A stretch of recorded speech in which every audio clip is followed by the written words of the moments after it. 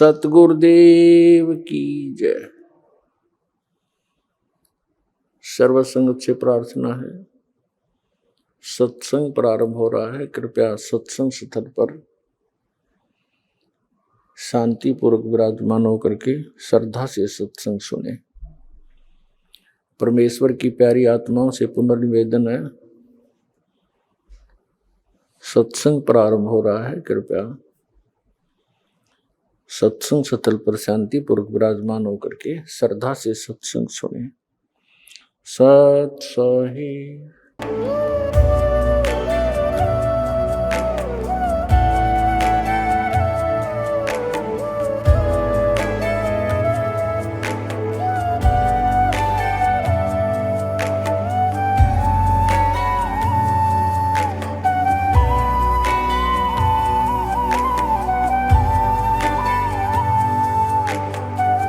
गीता में अर्जुन को स्वयं भगवान कह रहे हैं कि उस परमेश्वर की शरण में जा, उसके लिए उन संतों के पास जा जो तत्वदर्शी हो। इसी प्रकार हजरत मोहम्मद को उनका अल्लाह कह रहा है कि कोई और पूर्ण परमात्मा है। उसको पाने के लिए उन तत्वदर्शी संत की तलाश कर। वो प्रभु कौन है, ये जानने के लिए कृपया अवश्य सुनिए जगत गुरु तत्वदर्शी संत रामपाल जी महाराज के अमृत वचन। उड़ीसा के तीर्थ स्थल पुरी में हर साल जगन्नाथ रथ यात्रा भव्य रूप से आयोजित की जाती है। जगन्नाथ रथ यात्रा का यह महोत्सव 10 दिनों तक अत्यंत धूमधाम से मनाया जाता है, जिसकी शुरुआत आषाढ़ शुक्ल द्वितीया से होती है और समापन दशमी तिथि को होता है। इस महापर्व में शामिल होने के लिए लाखों श्रद्धालु देश विदेशों से आते हैं। भारत सहित कई अन्य देशों में भी यह त्योहार बड़े ही उत्साह के साथ मनाया जाता है।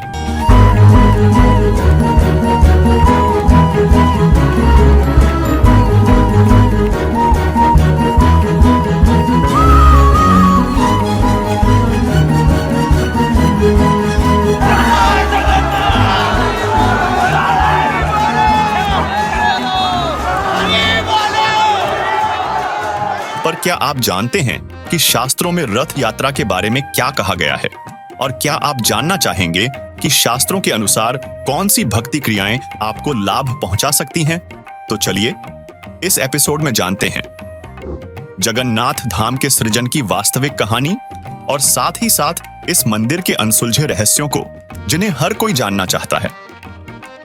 तो चलिए जगन्नाथ रथ यात्रा के इस स्पेशल एपिसोड को शुरू करते हैं। सवाल नंबर 1, क्या है पुरी की विश्व प्रसिद्ध रथ यात्रा का राज और क्यों निकाली जाती है? भगवान जगन्नाथ की रथ यात्रा लोक मान्यताओं के मुताबिक ठंडे पानी से स्नान करने के कारण भगवान जगन्नाथ यानी श्री कृष्ण बीमार हो जाते हैं और उन्हें बुखार आ जाता है। इसके बाद वे 15 दिनों तक विश्राम कक्ष में रहते हैं, जहां उनकी विशेष देखभाल की जाती है और विभिन्न औषधियां दी जाती हैं।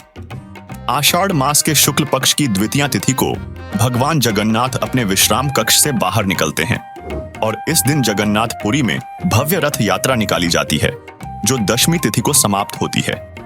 लोक कथाओं के अनुसार भगवान जगन्नाथ यानी श्री कृष्ण बलभद्र और सुभद्रा नगर घूमने के लिए रथ पर निकले थे और बाद में गुंडिचा मंदिर में 7 दिन तक रुके थे। तभी से यह रथ यात्रा की परंपरा चली आ रही है। हालांकि सवाल उठता है कि भगवान श्री कृष्ण के इस साधारण कृत्य को रथ यात्रा का रूप देना कितना सही है। दोस्तों, अगर हम अपने पवित्र ग्रंथों की रोशनी में रथ यात्रा जैसी धार्मिक क्रियाओं पर विचार करें, तो स्वतः प्रश्न उठना चाहिए कि क्या हम सचमुच शिक्षित हैं? और यदि आज भी हम आध्यात्मिक दृष्टिकोण से विवेकपूर्ण निर्णय नहीं ले पाते, तो शिक्षित होने का क्या मतलब रह जाता है? और मुख्य सवाल उठता है कि क्या परंपराओं की बेड़ियों में जकड़े हुए हम ये भी नहीं सोच पाते कि क्या वास्तव में भगवान पानी से बीमार हो सकते हैं? दूसरी तरफ यदि हम पत्थर की मूर्तियों को ही भगवान माने, तो फिर वेद और गीता का ज्ञान किस काम का? विचार करने वाली बात है कि क्या इन शास्त्रों में भी इस प्रकार की किसी रीति रिवाजों का कोई समर्थन है? एक तरफ तो हम श्रीमद् भागवत गीता जी को पवित्र ग्रंथ मानते हैं और दूसरी ओर वे धार्मिक क्रियाएं करते हैं जिनका उल्लेख गीता जी में कहीं भी नहीं है। कुछ लोग तो यहां तक तर्क देते हैं कि गीता जी में इन रीति रिवाजों को न करने का भी तो कोई स्पष्ट उल्लेख नहीं है। तो उन्हें बता दें गीता अध्याय 16 श्लोक 23-24 में लिखा है कि जो व्यक्ति शास्त्र विधि को त्याग कर मनमानी साधना करता है, उसे न तो कभी सुख प्राप्त होता है, न शांति मिलती है, और न ही उसकी गति होती अर्थात मोक्ष नहीं मिलता। अब सवाल उठता है कि क्या सदक ग्रंथों के आधार पर हम अपनी क्रियाओं को तोल सकते हैं, और क्या रथ यात्रा, उपवास, मूर्ति स्नान करवाने आदि से हमें मुक्ति प्राप्त हो सकती है, जिससे स्वसिद्ध होता है कि भगवान श्री कृष्ण जी ने रथ यात्रा के बारे कभी नहीं कहा। वर्तमान में हम शिक्षित हैं और शास्त्र हमारे पास हैं, तो उनका पुनः अध्ययन और मनन करने की आवश्यकता है।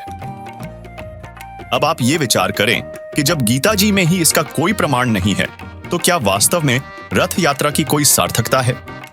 दोस्तों, चलिए अब अगले प्रश्न की ओर बढ़ते हैं, जिसमें हम बात करेंगे जगन्नाथ मंदिर में होने वाले चमत्कारों के बारे में। सवाल नंबर 2, क्या यह सच है कि भगवान जगन्नाथ के केवल दर्शन मात्र से ही आत्मा को मोक्ष प्राप्ति होती है और अनेक जन्मों के पाप कर्मों का नाश हो सकता है? क्या इस विश्वास के पीछे कोई धार्मिक और आध्यात्मिक आधार है, या यह मात्र एक लोक मान्यता है? ओडिशा प्रांत के प्रतिष्ठित जगन्नाथ मंदिर में प्रतिवर्ष आयोजित होने वाली भव्य रथ यात्रा में लाखों श्रद्धालु सम्मिलित होते हैं। इस यात्रा की मान्यता है कि भगवान जगन्नाथ के रथ को खींचने या केवल दर्शन मात्र से ही मोक्ष प्राप्ति हो जाती है, और यह 100 यज्ञों के पुण्य फल के समान है। लेकिन दर्शकों, ये क्रियाएं किसी भी तरह से शास्त्र सम्मत नहीं है। गीता और वेदों में कहीं भी इस विधि से मोक्ष प्राप्ति और साधक के पाप नाश का कोई प्रावधान नहीं है। दर्शकों, मोक्ष केवल दर्शन से नहीं, बल्कि पूर्ण गुरु से दीक्षा लेकर मर्यादा में रहकर सतभक्ति करने से ही प्राप्त हो सकता है। जैसे भगवान शिव और माता पार्वती जी सदा साथ रहते थे। पार्वती जी ने शिव जी के दर्शन तो बहुत किए, लेकिन जब तक उन्होंने भगवान शिव को गुरु बनाकर मोक्ष मंत्र प्राप्त नहीं किया, तब तक उनका जन्म मरण होता रहा। जब पार्वती जी का 108वां जन्म हुआ और उन्होंने शिव जी द्वारा बताए गए मंत्र का जाप किया, तब उनका उतना कल्याण हो पाया जितना भगवान शिव जी की उम्र है। अब जरा सोचिए, पार्वती जी तो साक्षात भगवान शिव जी के दर्शन करती थीं, फिर भी उनका कल्याण दर्शन मात्र से नहीं हुआ। जब उनका कल्याण दर्शन से नहीं हो पाया, तो आपका कल्याण केवल मूर्ति के दर्शन से कैसे होगा? यद्यपि ब्रह्मा, विष्णु, महेश तो पूर्ण परमात्मा भी नहीं है। ये स्वयं जन्म मृत्यु के चक्र में आते हैं, जो हमारे पुराणों में प्रमाणित है। देखिए, श्रीमद् देवी भागवत गीता प्रेस गोरखपुर से प्रकाशित है, और इसके कौन है संपादक? हनुमान प्रसाद पोदार चिमनलाल गोस्वामी, और ये गीता प्रेस गोरखपुर से प्रकाशित है। मुद्रित भी वहीं से है। गीता प्रेस प्रकाशक एवं मुद्रक हैं गीता प्रेस गोरखपुर, गोविंद भवन कार्यालय, कोलकाता का संस्थान। इसके 123 पृष्ठ को ही पढ़ेंगे, इसमें बहुत से संशय दूर हो जाएंगे।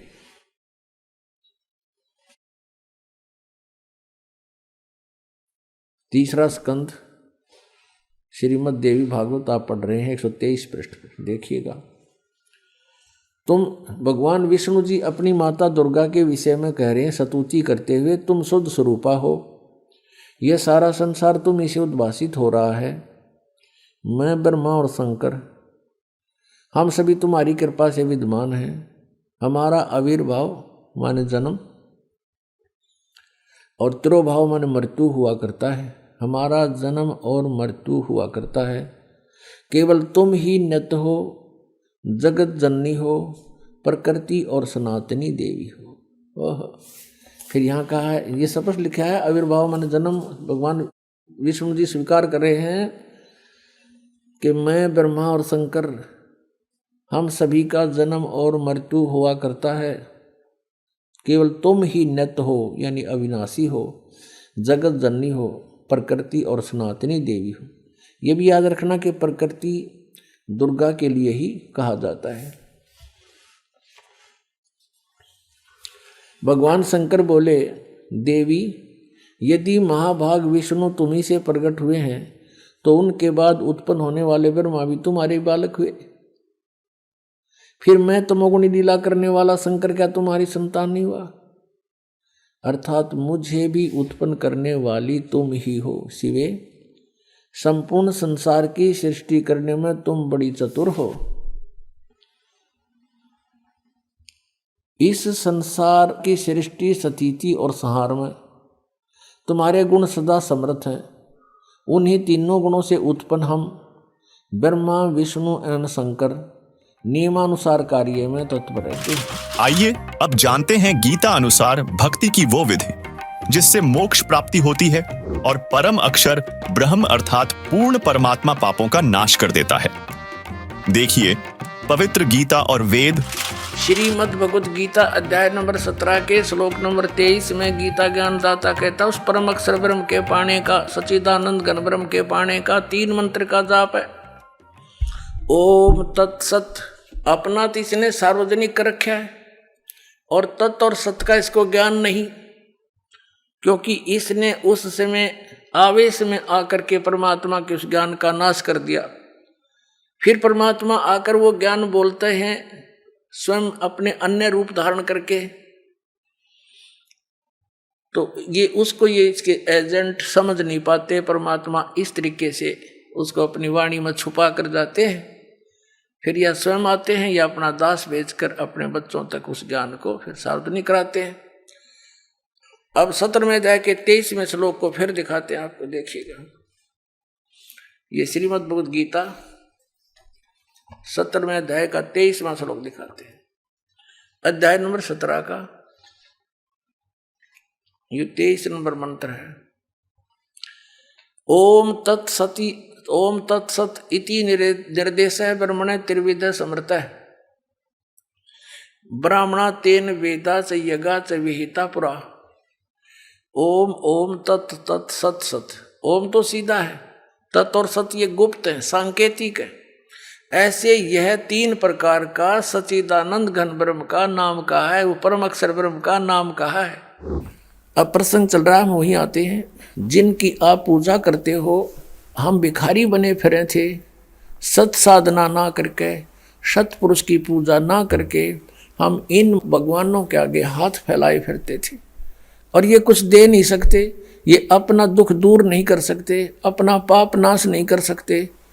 तो जब तक हम उस पूर्ण परमात्मा, जैसे यजुर्वेद अध्याय नंबर 5 के मंत्र नंबर 32 में लिखा है, कबीर अंगारी असी बम्बारी असी सवर ज्योति रित धामा असी। कबीर परमात्मा जो कबीर साहब जो है वो पाप नाशक है, पापों का शत्रु, अरी माने शत्रु, बम्बारी बम्ब माने बंधन, अरी माने शत्रु, बंधनों का नाश करने वाला, बंदी छोड़, यानी हम कर्म बंधनों से यहाँ कैद हैं काल के जाल में, और इस बंधनों को कोई काट दे वो बंदी छोड़, कर्म काट दे वो बंदी छोड़, बंध से छुड़ाने वाला। तो कबीर अंगारी असी बम्बारी असी, बंधनों का शत्रु है। आपको थोड़ा सा हिंट दिखाते हैं। अब कबीर परमेश्वर जी ने कहा था कि वेद मेरा भेद है, मैं ना वेदन के माही, और जौन वेद से मैं मिलूं वो वेद जानते नहीं, कि वेद मेरी महिमा गाते चारों के चारों। लेकिन इन वेदों में मुझे पाने की वे ऑफ वर्शिप नहीं है, पूजा की विधि नहीं है। ये देखिएगा, यजुर्वेद प्रकाशक हैं सार्वदेशिक आर्य प्रतिनिधि सभा 2/5 महर्षि दानंद भवन, रामलीला मैदान, नई दिल्ली। ये यहाँ से छपा है। मुद्रक है prince offset printers 1510 Pataudi house, Daryaganj, नई दिल्ली से। इस 5वें अध्याय का 32वां श्लोक आपको दिखाते हैं। ये है 5वां अध्याय 5वां, और ये यजुर्वेद, ये 32वां अध्याय श्लोक है, मंत्र है। यहाँ लिख रखा उसी गसी कबीर अंगारी असी। अब हम इसको कबीर बोलते हैं, बै कबीर, ये वह है, हम वह बोला करें। जैसे किसी का नाम वेद प्रकाश होता, हम कहेंगे आ वेद प्रकाश आजा। जैसे कोई धर्मवीर है तो धर्मवीर बोला करें हम, ये हमारा अपना लोकल लैंग्वेज है। तो हम इसको कबीर को कबीर बोलते हैं। अंगारी माने पापों का शत्रु, बम्भारी माने बंधनों का शत्रु, इन्हीं का। फिर है सवर ज्योति रित धामा असी, ये देखो, हे जगदीश्वर, जिस कारण आप कांतिमान हैं। अंगारी माने छोटे चलन के जीवों, छोटे चलन वाले जीवों के शत्रु नहीं। ये तो बकवाद कर रखी, अनुवाद ठीक नहीं किया। अंग अरि माने शत्रु, अरि इसको संधि छेद करें, अंग अरि, अग अग माने अंग माने पाप होता है, पाप का शत्रु। और इसने क्या कर दिया, इसका अर्थ यूँ कर दिया, संधि छेद करते समय इसको ऐसे कर दिया। और हम इसको अगर जैसे ये यजुर्वेद है, यही इसका इन्हीं से सेट होगा ये मामला। अब ये 36वां अध्याय यजुर्वेद का दानंद द्वारा अनुवाद है इसका। इसके प्रथम मंत्र में लिखा है रचम वाचम परपधे मनो यजु परपधे। ये यजु शब्द है ना ओनली, और यहाँ अनुवाद किया इसने इसका, इसमें यजु का अर्थ यजुर्वेद लिख दिया, बिल्कुल सही किया। अब ये यजु है, यहाँ लिखना पड़ेगा कि ये यजुर्वेद के विषय में है, ये पूरा अब बना इसका अर्थ यजुर्वेद। तो यहाँ ये देखो कवि है, इन्होंने यहाँ कवि कर दिया इस 5वें अध्याय का। और ये जो 32वां श्लोक हम पढ़ रहे हैं, इसमें ये जो कबीर शब्द है, इसको इन्होंने ऐसे कर लिख दिया। अब इसका अर्थ करते समय यहाँ लिखना चाहिए था कबीर देव लिख देते, ये कबीर वह लिख के कबीर लिख देते, कबीर देव लिख देते, तो हम उसको कबीर देव बोल रहे हैं, कबीर देव। हम उसको कबीर देव, देव माने परमेश्वर, कबीर साहब हैं, यहाँ लिखना चाहिए वो कबीर देव हैं। ये कहना कवि, इनकी वो समस्या भी हल हो जाए, कवि वो कबीर देव लिखना था, कबीर देव हैं। हम उसको कबीर साहब बोलते हैं, कबीर अपने लोकल लैंग्वेज में, वो कबीर साहब हैं। बम भारी माने बंधनों के, अरि माने शत्रु, ये तारा दिए जिसकी बकवास है विस्तार तेरा। अरि माने शत्रु, बंधनों के शत्रु, बस ये छोड़ दो, यानी बंधन के शत्रु। अरि माने शत्रु, बम्ब माने बंधन, बंधनों के शत्रु बंदी छोड़ हैं कौन, वो कबीर हैं, कबीर देव हैं। और अंगारी माने पाप नाशक, ये गलत अनुवाद किया इसने। और फिर कौन है वो, रत धामासी, रत धामा, सतधाम युक्त, सतलोक युक्त। हम सतधाम कहें, उन्हें सतधाम, सतलोक कह देते हैं, लोक कहो धाम कहो एक ही बात है। सतलोक युक्त यानी रत धामा, यानी वो सतलोक वाले हैं, सतलोक में रहते हैं। और सवर ज्योति, स्वयं प्रकाशित, सवर ज्योति इन अड़ंगा कर रखा है, अंतरिक्ष को प्रकाश करने वाले। सवर ज्योति का अर्थ है स्वयं प्रकाशित, तेजो में शरीर युक्त परमात्मा है। यजुर्वेद के 8वें अध्याय का 13वां मंत्र स्पष्ट करेगा। ये 8वां अध्याय और 241 पृष्ठ पे 8वें अध्याय का 13वां श्लोक। इसमें क्या लिखा है कि देव कर्तस्य ऐनस्य अवजनमसि, मनुष्य कर्तस्य ऐनस्य अवजनमसि, पितृ कर्तस्य ऐनस्य अवजनमसि, आत्म कर्तस्य ऐनस्य अवजनमसि। ऐनस्य ऐनस्य घोर, ऐनस्य ऐनस्य माने अपराध के अपराध, यानी घोर पाप के भी अवजनम। अब आपको इसका यहाँ दिखाते हैं 242 पृष्ठ पर इन्हीं का अनुवाद किया हुआ, ये 242 पृष्ठ पे। हे सबके उपकार करने वाले मित्र आप। अब यहाँ इसने मित्र शब्द प्रयोग कर लिया, यहाँ परमेश्वर ना लिखा, क्योंकि इसको पता था वेदों को पढ़ने वाला मुझ पर पूरा विश्वास करेगा, और मैंने यहाँ लिख दिया मित्र, तो वो ये समझेगा कि मित्र के बारे में लिखा है, भगवान के बारे में नहीं, इसलिए इसको पढ़ पढ़ा कर आगे चल पड़ेगा। आप दान देने वाले के अपराध के, अवजनम, ऐनस्य माने अपराध के, अवजनम माने विनाश करने वाले, असी माने हो। मनुष्य कर्तस्य, साधारण मनुष्यों के किए हुए, ऐनस्य माने अपराध के, अवजनम माने विनाश करने वाले हो। पितर कर्तस्य, पिता के किए हुए, ऐनस्य माने अपराध, ये अपराध ही लिखना चाहिए था, विरोधाचरण लिखा है। अच्छी प्रकार हरने वाले हो, नाश करने वाले हो। अपने किए हुए, ऐनस्य माने पाप के, ऐनस्य कहो, ऐनस्य का अर्थ पाप कहो, एनस्य माने अपराध कहो, एनस्य माने अपराध या पाप, एक ही अर्थ होता है। एनस्य माने पाप के दूर करने वाले, अवैजनम माने नाश करने वाले, अवैजनम विनाश करने वाले हो, अवैजनम माने विनाश करने वाले हो। एनस्य अनस्य, अधर्म के अधर्म यानी घोर पाप के भी, अवैजनम माने नाश करने वाले हो।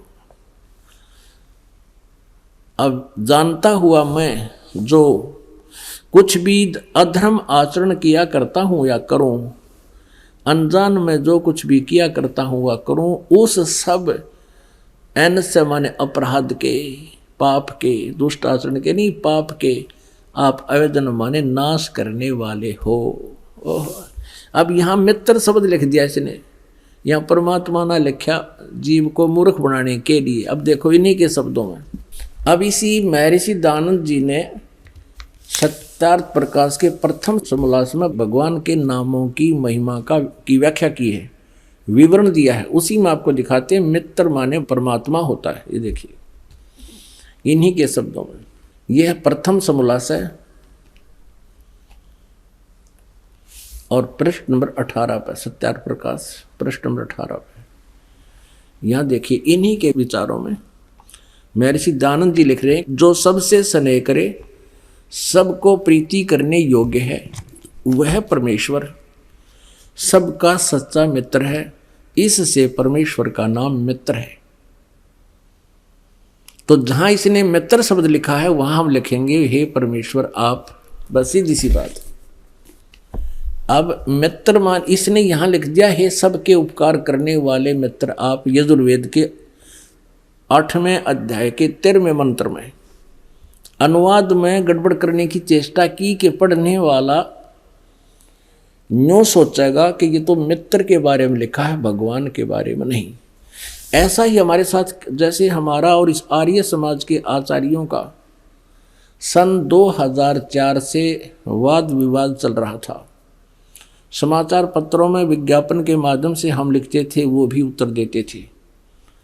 जहां इस दास ने ये लिखा था कि महर्षि दयानंद को वेदों का बिल्कुल ज्ञान नहीं था, ये कहता है कि पाप नाश नहीं कर सकते। इस 7वें समोल्लास में लिखा है भगवान की साधना से पाप नाश नहीं हो सकते। जबकि यजुर्वेद अध्याय नंबर 8 के श्लोक नंबर 13 में स्पष्ट लिखा है कि भगवान घोर पाप का भी नाश कर देता है। तो उन्होंने उत्तर दिया था कि रामपाल झूठ बोल रहा है। यजुर्वेद अध्याय नंबर 8 के श्लोक नंबर 13 के अनुवाद में महर्षि दयानंद ने मित्र के बारे में लिखा है, परमेश्वर के बारे में नहीं। यानी जनता को मूर्ख बनाना उनका उद्देश्य था, लेकिन वो भूल गए कि अब आज से 150 वर्ष पहले वाला भारत नहीं है। अब हम स्वयं शिक्षित हैं, परमात्मा ने दया बख्शी है, प्रत्येक भारतवासी आज अक्षर ज्ञान युक्त है और इनसे जिसा भी अनुवाद बना इन्होंने अनुवाद किया है, और इनसे नहीं अनुवाद हुआ वो ये दास करेगा और बता रहा है, क्योंकि सूक्ष्म वेद में वो पहले ही लिखा परमात्मा की वाणी में। अब देखो यही यजुर्वेद 8वें अध्याय का 13वां श्लोक,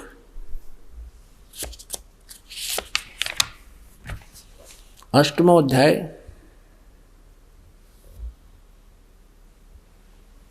और ये हमने पढ़ा 13वां श्लोक मंत्र। इसके यहाँ पर ये अनुवाद किया स्वामी जी ने, तो यहाँ लिख दिया हे सबके उपकार करने वाले मित्र आप। हम यहाँ लिखेंगे हे सबके उपकार करने वाले परमेश्वर आप, दान देने वाले के, एन से माने अपराध यानी पाप के विनाश करने वाले हो, साधारण मनुष्यों के किए हुए अपराध के विनाश करने वाले हो, पिता के किए हुए अनस्य माने अपराध के नाश करने वाले हो, अपने किए हुए पाप के दूर करने वाले यानी नाश करने वाले हो। दर्शकों, अगर हम भगवान जगन्नाथ अर्थात श्री कृष्ण जी के जीवन को देखें तो वे स्वयं अपने प्रारब्ध को नहीं काट पाए। वे अपने भांजे अभिमन्यु की उम्र नहीं बढ़ा सके।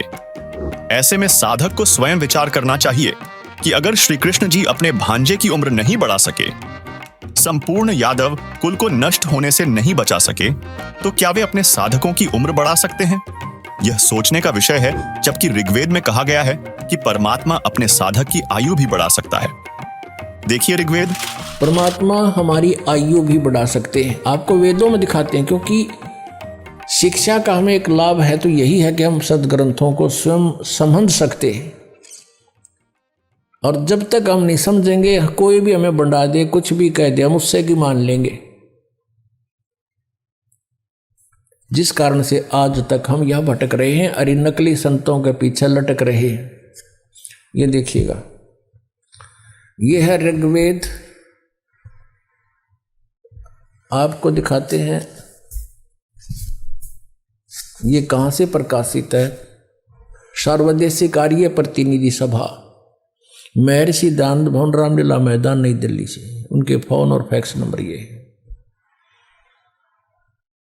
ये मुद्रक है प्रिंस ऑफसेट प्रिंटर्स, 1510 पड़ौती हाउस, दरियागंज, नई दिल्ली से।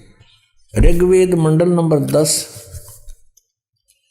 सूक्त 161 161 और मंत्र नंबर 2 में, यदि रोगी नष्ट जीवन शक्ति वाला हो, यानी जिसका जीवन नष्ट होने वाला हो गया है, यदि अथवा सीमा से परे चला गया है, यदि मृत्यु के समीप पहुंच गया ही है, तो भी उस रोगी को, ये देखिए ना, दयानंद के भक्ता ने मैं वैद लिख दिया यहाँ पर, क्योंकि दयानंद ये मानता था भगवान कुछ नहीं कर सकता, ना रोग काट सकता, ना उम्र बढ़ा सकता, इसलिए यहां लिख दिया मैं वैद। कष्टप्रद रोग के पंजे से छुड़वा लाता हूं और 100 शरद ऋतुओं तक जीने, यानी 100 वर्ष तक के लिए इसको बलयुक्त करता हूं। अब यहां जो इन्होंने जानबूझ कर बकवाद करी, इस मूल पाठ में इसमें वेद का जिक्र नहीं, क्योंकि वेद कोई मेडिसिन की बुक नहीं है, ये भगवान की जानकारी महिमा है इसके अंदर। अब यहाँ तो ये न लिख दिया, फिर परमात्मा कहते हैं चोर चोरावे तुंबड़ी, वो गाड्डे पानी में, वो गाड्डे हुआ ऊपर आओ ना, सच्चाई छानी ना है। लेकिन कहीं ना कहीं परमात्मा ने इनकी आंखें बंद कर ही दी, जहाँ इन्होंने सच्चाई लिख दी, ना चाहते हुए भी लिखती, भगवान ने लिखवा दिए तो क्या लिखे थे ये देखना। ऋग्वेद मंडल नंबर 9, सूक्त 80 और मंत्र नंबर इसका भी 2।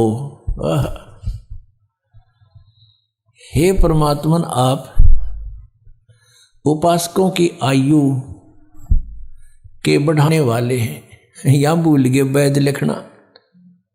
देखिए परमात्मा के चोर चोरावे तुमड़ी गाड्डा पानी में, वो गाड्डा हुआ ऊपर आओ ना, सच्चाई छानी ना। और दिखाता हूं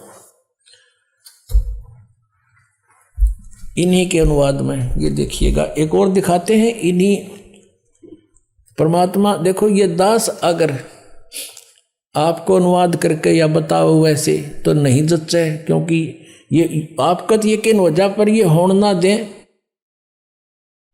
ये कहकर आपको भ्रमित कर देते कि रामपाल को संस्कृत ना आती, ये वेदों के अनुवाद करेगा। और यही हमारे भगवान कबीर साहब के बारे में इन्हें टांग अड़ाई थी कि कबीर अशिक्षित है, अक्षर ज्ञान नहीं, ये संस्कृत का मामला, ये सदग्रंथों को समझना इस जुलाहे के बस का कहाँ, ये झूठ बोलता है। और परमात्मा सारी सच्ची कहा करते थे। 600 वर्ष पहले ये बात बताया करते, तो दास आपको सदग्रंथों से रूबरू करा रहा है। और उन्हीं से आज परमात्मा ने अनुवाद करवा रखे हैं। इन्हीं के अनुवाद में परमात्मा ने दया बख्शवा दी। नन्नू कौन कहे मैं काल हूं और वो भगवान कोई और है। गीता में सारे रेफरेंस दे दिए, मालिक ने कहा दिया, उसने पता ही नहीं मकद के बोल गया। और सच्चाई बुलवा दी दाता ने उस ब्रह्म काल ते कि वो परमात्मा तो कोई और है और मैं तो काल हूं, सबको खाने आया हूं। जब तो उसने अंडी पाक के कही थी कि यहाँ कोई मैंने टोकरियाँ नहीं कि मैं कह दूँ, और कह दी सच्ची, अब हमारे काम आ गई। अब देखो ये ऋग्वेद है, इसका द्वितीय भाग है। ये लंबी बड़ी जल्द में बड़ी जल्द में है ये।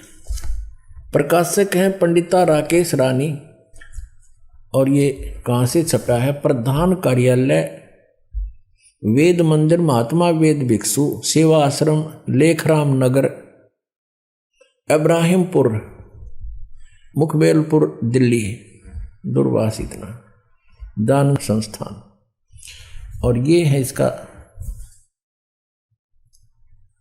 अनुवादक महात्मा वेद भिक्षु भारतेंद्र नाथ, और दान संस्थान करोल बाग नई दिल्ली से इसने इसका अनुवाद किया है। देखिएगा,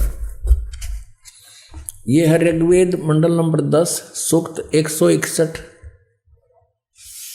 ये 161, और ये दूसरा मंत्र इसका। इसने बहुत बढ़िया अनुवाद किया। सच्चाई,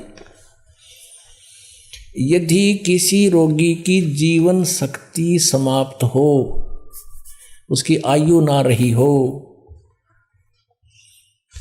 यदि वह सीमा से परे हो गया है, यदि वह मृत्यु के सन्निकट चला गया है, तो भी उसे मैं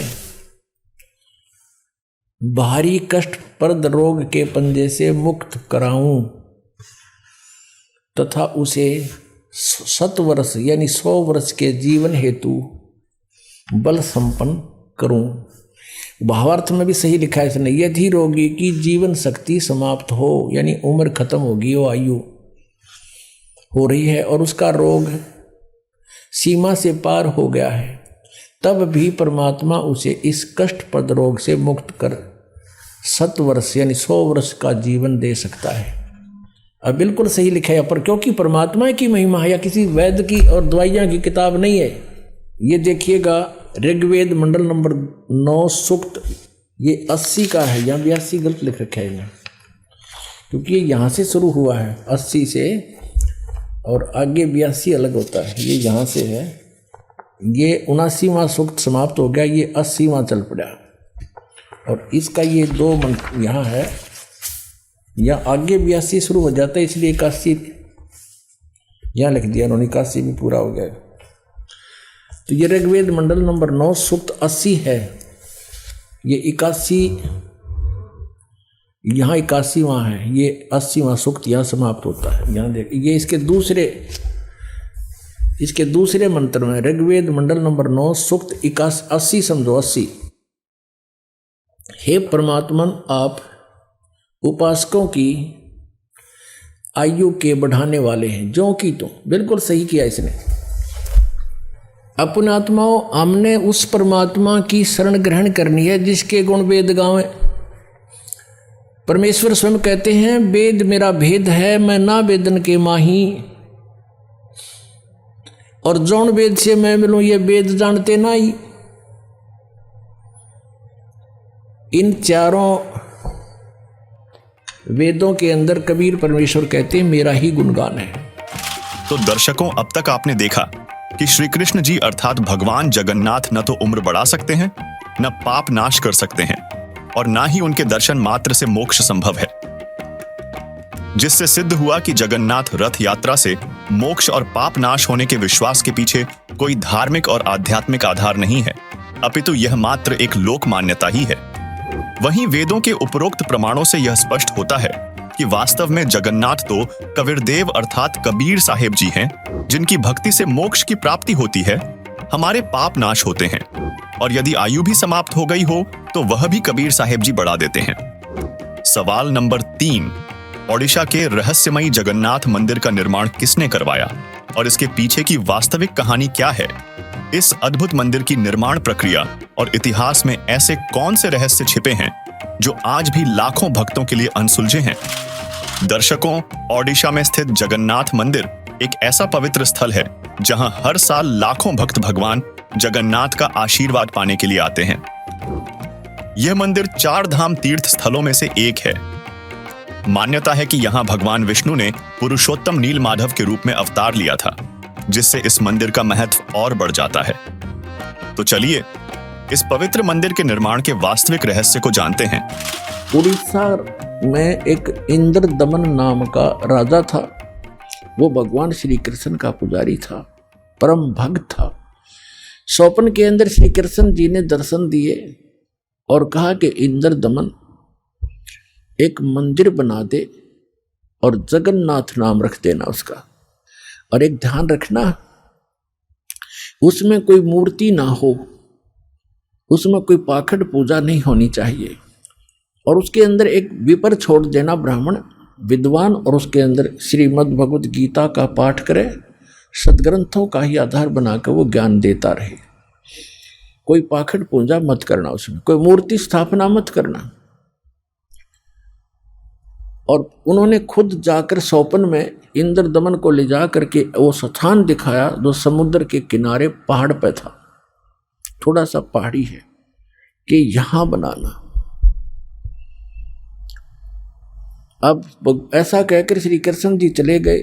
इंद्र दमन सुबह उठा, उसकी खुशी का ठिकाना नहीं। अपनी पत्नी से कहा कि मुझे आज स्वप्न में परमात्मा दिखाई दिए थे। सारी कहानी बताई और कहा भगवान ने कहा कि एक मंदिर बना दे, और वो स्थान भी दिखाया मेरे को कि यहां बना दे, जगन्नाथ नाम रख देना, उसमें मूर्ति नहीं होनी चाहिए, पाखंड पूजा नहीं होनी चाहिए, कोई विपर छोड़ देना, वो कथा सुनाया करेगा।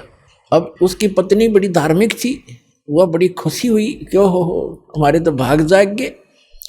अब फिर भगवान ने कह दिया तेरे पास सारा संपन्न है, सारा धन है, बहुत पैसा है, और कर दे शुरू। तो इंद्र दमन ने बहुत से कारीगर बुलाए, उनसे नक्शा तैयार करवाया और जाके कहा कि यहाँ भगवान पहुंचे, वहां पर घूमते फिरते, और बताया कि यहाँ बताया था ये स्थान मंदिर बना दे। अब कारीगरों ने तो दर्दी नीम ज्यों की तो, और मंदिर बना के तैयार कर दिया। अब जो ही मंदिर बन चुका, अगले दिन पूजा करनी थी, उसी दिन समुद्री तूफान उठा, बहुत भयंकर, जैसे साइक्लोन कहते हैं। ये कई बार आता उड़ीसा के अंदर, तो बहुत तबाही मचा देता है, ढा देता है मंजिले मंदिरों उनको, मंजिलों को, मकानों को। ऐसा तूफान उठा 40 फुट ऊंचा, बहुत स्पीड का, ऐसे घूमता हुआ, और मंदिर को खत्म कर दिया, नामो निशान मिटा दिया। दूसरी बार फिर बनाया, दूसरी बार भी ऐसे ही हो गया, तो ऐसी स्थिति में आती। तीसरी बार फिर बनाया, ऐसे ही। चौथी बार फिर बनाया, क्योंकि आदेश था भगवान का। अपने दुर्भाग्य को कोस रहा था कि भगवान के आदेश का मैं पालन नहीं करा। कहने का भाव ये है कि खजाने का कोस भी खत्म हो गया, और 4-5 बार मंदिर ने, ये समुद्र ने ऐसी ही घटना कर दी। राजा बड़ा चिंतित हुआ कि भगवान ने एक सेवा दी थी, मैं वो नीच कर नहीं पा रहा, दुष्ट हूँ, दुर्भाग्य है मेरा कि मुंह दिखाऊंगा भगवान को उसके गोलोक में जाकर। उसकी पत्नी कहने लगी कि चिंता ना करे, मेरे पास मेरे गहने रखे कितने, मैं क्या करूँगी, आप इतनी चिंता करें, और भगवान के दिए हुए इनसे करते। तो उसने सारे गहने गाने बेच के और फिर शुरू किया। क्या हुआ कि वो मंदिर बनकर तैयार हो गया, और उधर से उसने मंदिर बनाने से हाथ खड़े कर लिए, सरेंडर कर दिया था राजा ने। तब उसकी रानी ने कहा कि ऐसे करो, मेरे गहने ले लो, इससे बनवा लो। कहने लगा गहने लेकर भी बनवा दूंगा, पर ये समुद्र पता नहीं कौन से जन्म का दुश्मन है मेरा, ये उबड़ते ही आले है ऊपर। तो स्वप्न में भगवान दिखाई दिए, श्री कृष्ण जी ने, श्री कृष्ण जी दिखाई दिए। उससे पहले परमात्मा आए स्वयं, एक वृद्ध रूप बनाकर, वृद्ध अवस्था में, बड़े ऋषि उम्र के साधु संत का रूप बनाकर, हाथ में माला और छड़ी ले रहे हाथ में, और आके कहने लगे राजन क्यों चिंतित हो आप। राजा ने बताया कि महाराज जी ऐसे ऐसे मंदिर भगवान दिखे थे स्वप्न में श्री कृष्ण जी, उन्होंने मुझे आदेश दिया था कि मंदिर बना दे इस स्थान पर, समुद्र के पास बनाना जहाँ गहरा समुद्र हो, और मैंने उनके आज्ञा अनुसार मंदिर बनवा लिया। और समुद्र पता नहीं के दुश्मनी बरत रहा है मेरे साथ, तभी तोड़ देता है। 3, 4, 5, 6 बार बना लिया मैंने, मेरा तो कोष भी खत्म हो गया। अब कैसे बनाऊं महात्मा। परमात्मा ने कहा कि मैं इस समुद्र को रोकूंगा, अब ये नहीं आएगा, तू मंदिर बनवा। उसकी पत्नी ने फिर सहारा दिया कि मैं गहने दे दूंगी, अब बना लो। लेकिन इंद्र दमन राजा की हिम्मत नहीं पड़ी थी, उसका दिल टूट चुका था। एक दो में घटना हो जाए आदमी उसी में दिक्कत में बहुत चिंतित हो जाता है। तो सपने में श्री कृष्ण दिखाई दिए। यह खेल सारे मालिक के ही थे, आप बना कृष्ण रूप बनाया और कहा कि इंद्रदमन, जो महात्मा तुझे कल मिला था वृद्ध, इसकी शक्ति का कोई वार पार नहीं है। आप इसको खोज कर इसके चरणों में प्रार्थना करना और ये समुद्र रोक देगा। आप इसकी बात पर विश्वास करना। अब इंद्रदमन सूता उठते अपनी पत्नी से, सुबह उठते कहा अपनी पत्नी से कि ऐसे ऐसे श्री कृष्ण जी दिखाई दिए थे और एक महात्मा कल दरबार में आया था और वो बता के गया था कि मैं वहाँ रहता हूँ। लेकर सैनिकों को, बॉडी गार्डों को, अपनी पत्नी को साथ लेकर देखा। वो तो बैठे, वो तो इंतजार कर रहे थे, माला ले रहे हाथ में, एक लीला कर रहे थे। चरणों में मत्था टेक्या और कहा भगवान आप समुद्र रोक दो, मैं बना दूंगा मंदिर। परमात्मा ने कहा कि एक चबूतरा बना दे, चौरा कहते हैं हम यहाँ, चबूतरा कहते हैं। ये समुद्र जिधर से समुद्र उठकर आता है उस किनारे पर, समुद्र के किनारे पर एक चौरा बना दे, चबूतरा। वहाँ बैठ कर मैं भजन करूँगा भगवान का। वो तो लीला कर रहे थे। भगवान का तो मंदिर टूटने लग रहा, भगवान ना बचा पा रहा जिसको हम भगवान मानते थे। तो परमात्मा बोले ठीक है, चबूतरा तराश का पत्थर बड़ा बढ़िया वो बना दिया, चबूतरा, चौरा बोलते हैं उसको। और वहाँ परमात्मा बैठ के माला लेकर, एक वो समरणी, ऐसे समरणी होती है, ये एक हाथ सारा लेकर बैठ जाते हैं, उसको फावड़ी सी बोल रहे हैं उसको। वो साथ में लेकर बैठ गए। मंदिर बनकर तैयार हो गया, कति और मूर्ति उधर से मालिक ने बनाई दी थी। वह समुद्र एकदम उठा, 40 फुट ऊंचा, और तूफान का रूप धारण किया। और परमात्मा ने ऐसे कर दिया, अब जहां वो था समुद्र वहीं रुक गया। इतना वेग से आ रहा था वो पानी, ऐसा रुक गया जैसे पहाड़ बन जाता है, ना नीचे जावे ना ऊपर, ना आगे न सरके, वहीं खड़ा हो गया। इस जल स्रोत का एक देवता है, उसका नाम समुद्र है। वैसे वरुण नाम है, वरुण के अंतर्गत एक समुद्र नाम का अन्य असिस्टेंट है। तो वो समुद्र आएगा वहां पर विपर रूप धारण करके और कहा भगवान मुझे जाने दे आगे, यानी चलने दे मेरे जल को, जो मैंने आज्ञा दी है इसको, जो मैंने आज्ञा दी है इसको जाने दो जल को आगे। परमात्मा ने कहा क्या करेगा तू आगे जाकर? कि इस मंदिर को तोड़ूंगा। परमात्मा बोले कि ये ऐसा वैसा मंदिर नहीं है, इसमें कोई पूजा, इसमें कोई पाखंड पूजा नहीं चलेगी, इसके अंदर कथा करा करेंगे भगवान की, और कोई ऐसा वैसा मंदिर नहीं है जिसमें किसी को भ्रमित किया जाता हो। और एक भवन है भगवान का, यहाँ कथा होती है, इसको मत तोड़ तू। मंदिर को तोड़ा नहीं करते। तो वो कहने लगा नहीं मैं अवश्य तोड़ूंगा। परमात्मा बोले जा फिर तोड़ दे, जा तोड़। कहने लगा मैं आपकी शक्ति के सामने मैं निष्क्रिय हो गया हूँ, आपसे अर्ज करता हूँ आप हट जाओ रास्ते से। अगर नहीं अब नहीं हट सकता, मैंने वचन दे रखा है। तू क्यों तोड़ता है इसको, तेरे क्या दुश्मनी है तेरी इसके मंदिर के साथ? तब समुद्र ने कहा कि जब ये श्री कृष्ण, ये जगन्नाथ श्री राम रूप में था, इसने मेरी बेइज्जती करी थी, इसने मुझे डरा धमकाया था, अग्नि बाण दिखाया था, मेरी इंसल्ट करी थी, उसका बदला लूंगा, इसको खत्म करूंगा, नहीं बनने दूंगा इसका यहाँ पर। तब परमात्मा ने कहा कि देखो इसको तो तू तोड़ नहीं सकता, तेरी में हिम्मत है तो तोड़ दे। फिर कहने लगा जी मुझे कोई विकल्प बताओ, मेरी इज्जत रह जाए।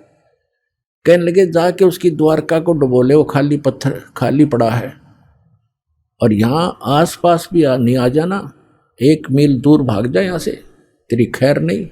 अगर फिर भी तो दोबारा इधर आ गया था। आज प्रमाण है जगन्नाथ के मंदिर को दास देख कर आया था, सिर्फ कुछ भक्तों को साथ लेकर ये देखने के लिए कि वास्तविकता है क्या।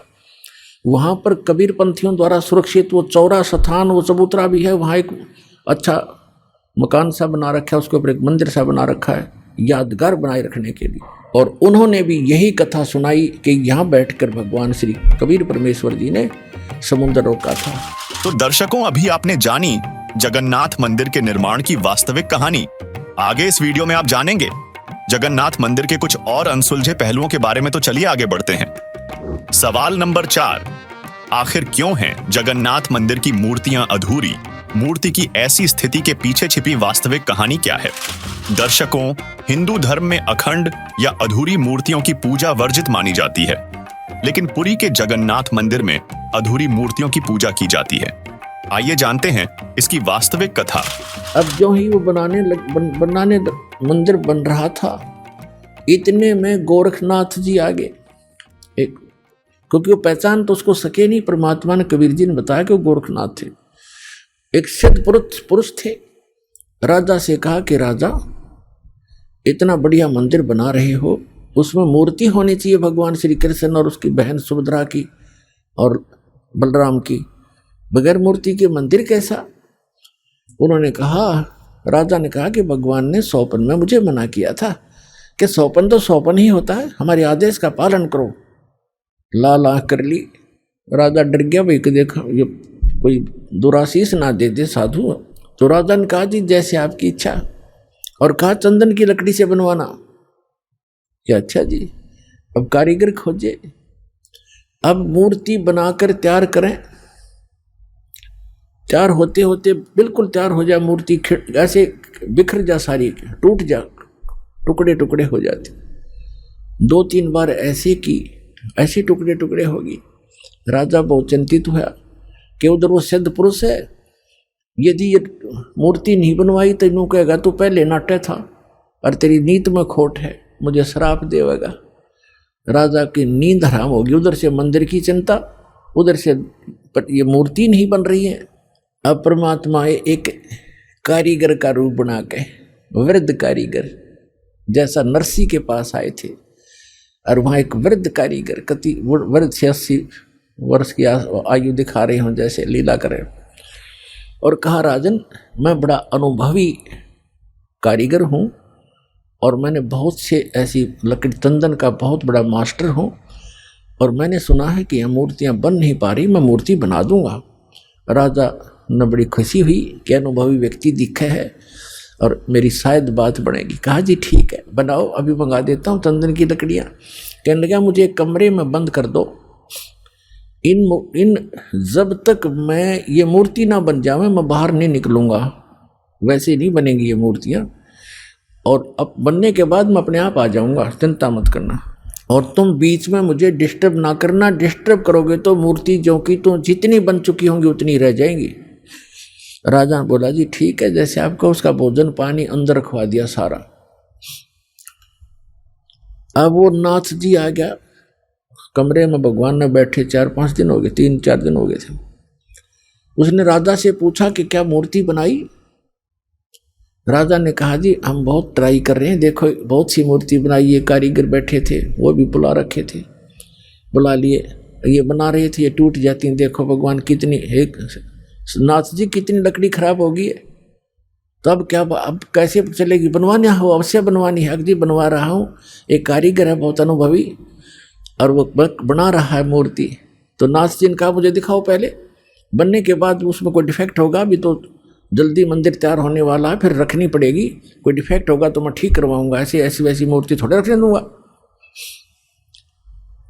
तो उन्होंने बताया, जी कारीगर ने कहा कि जब तक मैं मूर्ति नहीं बनेगी मैं बाहर नहीं आऊँगा, और बीच में तुमने मुझे छेड़ दिया तो मूर्ति वहीं की वहीं रह जाएंगी। नाथ जी कहने लगे, ऐसी कोई बात है, खुलवाओ इस दरवाजे को।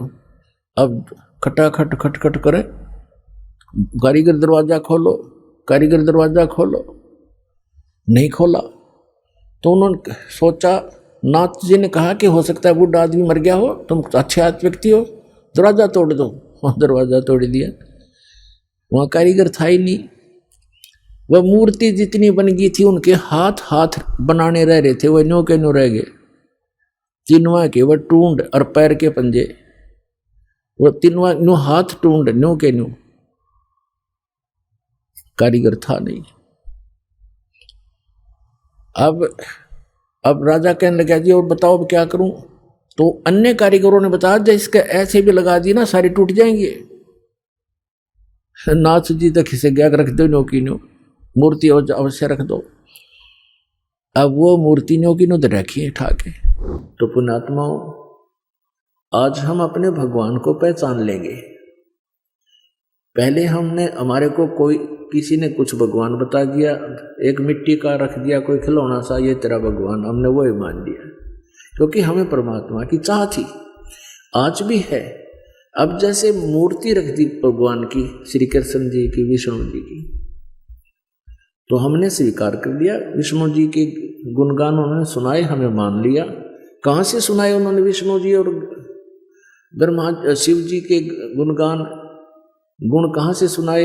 विष्णु पुराण से विष्णु जी के, शिव पुराण से शिव जी के। तो किसी ने बताया कि भगवान की मूर्ति है, इसी की पूजा से तेरा मोक्ष हो जाएगा, हमने वो भी शुरू कर दिया। ये भूल थी, ये गलत था। मूर्ति बुरी नहीं, मूर्ति की पूजा गलत है। मूर्ति का होना अनिवार्य है। मूर्ति से हमें प्रेरणा मिलती है। जैसे हम किसी सूरवीर की मूर्ति देखते हैं, चित्र देखते हैं, और उनके गुणों से हम परिचित होते ही हैं, तो गुणों से परिचित होने से उसकी मूर्ति देखते ही हमारे अंदर भी वैसा ही भाव बन जाता है।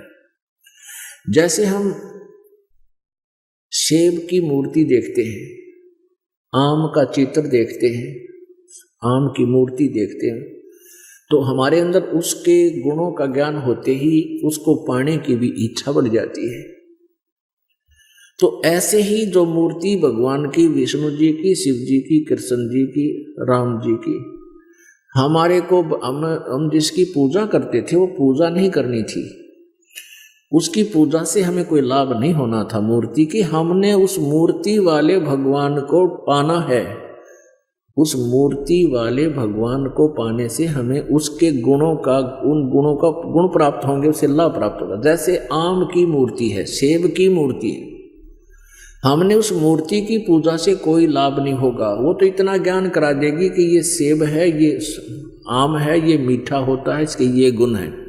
अब मूर्ति वाले सेब को ढूंढना पड़ेगा, ओरिजिनल को, तब हमारा पेट भरेगा।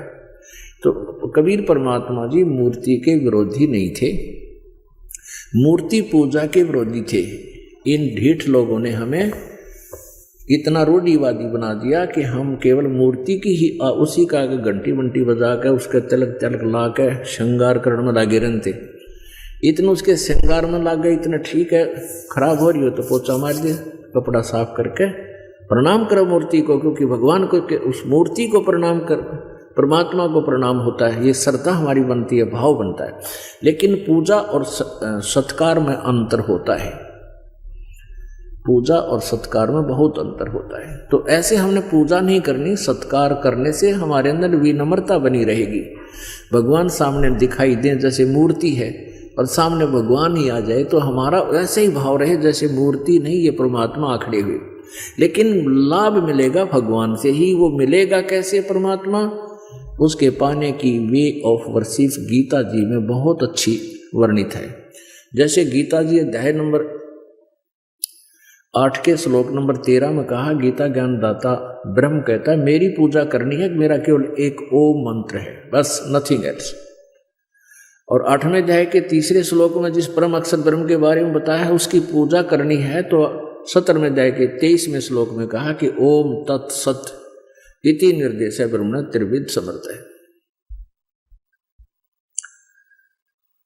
उस परमात्मा के यानी परम अक्षर ब्रह्म के पाने का ओम तो सीधा ही क्लियर है, स्पष्ट है, और तत् और सत ये दोनों सांकेतिक गुप्त हैं। ये दास बताएगा, वास्तविक ये कोड वर्ड है। तो ओम और तत् ये 2 अक्षर मिलकर के सतनाम बन जाता है। ये सतनाम कोई जाप करने का नहीं है। और ये ओम ब्रह्म का जाप है, ये तत् सांकेतिक जो दास बताता है, जिसको सतनाम प्राप्त है उनको पता है। ये परब्रह्म का जाप है, यानी अक्षर पुरुष का जाप है। और सत ये परम अक्षर ब्रह्म का जाप है, यानी ये गुप्त है, ये कोड वर्ड है, ये दास बताएगा। हमने उस परमात्मा को पाना है, मूर्ति से कोई लाभ नहीं होगा। हमने उस परमात्मा को पाना है जिसकी हम खोज कर रहे हैं, जिससे हमें पूर्ण लाभ होगा। अब गीता ज्ञान दाता कहता है कि तू सर्वभाव से उस परमेश्वर की शरण में जा जिसकी कृपा से तू परम शांति और शाश्वत स्थान यानी सतलोक को प्राप्त होगा। हमारे को इन लोगों ने इतना भ्रमित कर दिया कि हमने किसी ने कुछ भी बता दिया उसी को गॉड मान लिया और हम वहीं पर अपना जीवन बर्बाद करके चले गए। सवाल नंबर 5, जगन्नाथपुरी में जाति धर्म और ऊंच नीच के आधार पर क्यों नहीं होता है भेदभाव? क्या इसके पीछे कोई ऐसा गुप्त सत्य है जो हमें समझने की आवश्यकता है? दर्शकों, समाज में जहां ऊंच नीच और जाति धर्म के भेदभाव के कारण लोग बंटे हुए हैं, वहां जगन्नाथपुरी ऐसा अद्वितीय स्थल है जिसे समानता का प्रतीक माना जाता है, क्योंकि यहां प्रारंभ से ही छुआछात नहीं है। आइए इसके पीछे की वास्तविक कहानी जानते हैं। हिंदुस्तान के अंदर हिंदुओं को खूब पता है कि आज से 500 1000 वर्ष पहले, 600 वर्ष पहले, 100 वर्ष पहले, 50 वर्ष पहले कितनी छुआछात थी, हमने देखी खुद। हरिजनों को, छोटी जाति वाले जो मानते थे, इनको मंदिर में तक घुसण भी नहीं दिया करते। बाहर खड़े खड़े ये अपना कोई मांग मूंग लेते, जो लेना देना होता बाहर ही दे दिया करते इनको, टुकड़े टाकड़े। इतनी छुआछात थी, मंदिर में प्रवेश नहीं करने देते थे, केवल पुजारी ही वहां जाते थे या कोई स्वर्ण जाति के ही मंदिर में प्रवेश होते थे। अब आप देखते हो शुरू से जब से जगन्नाथ का मंदिर बना है उसमें छुआछात नहीं है। क्यों? उसमें भगवान बदल गया या विधान बदल गया इन धर्म गुरुओं का? वहां क्यों नहीं छुआछात? कोई जवाब नहीं इनके पास। अब सच्चाई क्या है ये दास बताएगा। अब जब वो मंदिर बनकर तैयार हो गया और मूर्ति स्थापना कर दी, अगले दिन उसकी पूजा करनी थी। वो प्राण प्रतिष्ठा के है ना, वो करनी थी। देखा कल हमारी जा रही हमारी कारीगर तय मूर्ति बनावे और पुजारी उसमें प्राण डाल और फिर हम पूजा उस पत्थर ने। बता, ये थी पूजा हमारी। प्राण उसमें प्राण प्रतिष्ठित करे था, करें पुजारी, आगे भी इसमें प्राण डाल दिए, फिर भगवान खा करेगा जब हमने प्राण डाल दिए उसमें। अकल मारी जा रही थी हमारी, कोई ज्ञान नहीं था, कोई आधार नहीं था। तो फिर क्या हुआ, सुबह चले पांडे पूजा करने के लिए, राजा भी साथ में, रानी भी साथ में, सैनिक भी साथ में, आगे आगे पांडे। और परमात्मा वहां घूमते थे, उनको पता था ये शूद्र है। ब्राह्मणों को, पंडितों को पता था कि शूद्र है। परमात्मा जगन्नाथ के मंदिर के गेट के बीच में खड़े हो गए उस दिन, जिस दिन वो आए थे पूजा करने के लिए। अब परमात्मा ने पीछे मुंह कर लिया, जिधर से वो आ रहे थे मंदिर को देख रहे थे, ऐसे खड़े खड़े, जैसे अजनबी व्यक्ति देखा करता पहली बार आके। अब जो ही वो मुख्य पांडा सामने आया, पहले तो वो मंत्र मंत्र करता नहीं देखता होता, तुझे कोई देख रहा कि नहीं, आज तू सबसे प्रमुख है। सामने निकट आकर देखा कि एक शूद्र खड़ा है गेट पर। परमात्मा को उसने ऐसे हाथ मारा और परमात्मा इतनी दूर गिर गए जाके और कहा, शूद्र तुझे शर्म नहीं आती? तो ऐसे पवित्र मंदिर के द्वार पर खड़ा है, दूर मर जा यहाँ से। तो इन्हें अछूत कर दिया सारे मंदिर को। अब परमात्मा एक तरफ बैठ के जाके, जैसे एक ऐसा ही व्यक्ति बैठ जाता है, एक तरफ नो करके बैठ गए। अंदर जाकर क्या देखते हैं, वो तीनों मूर्ति उस अछूत का रूप धारण किए हुए हैं।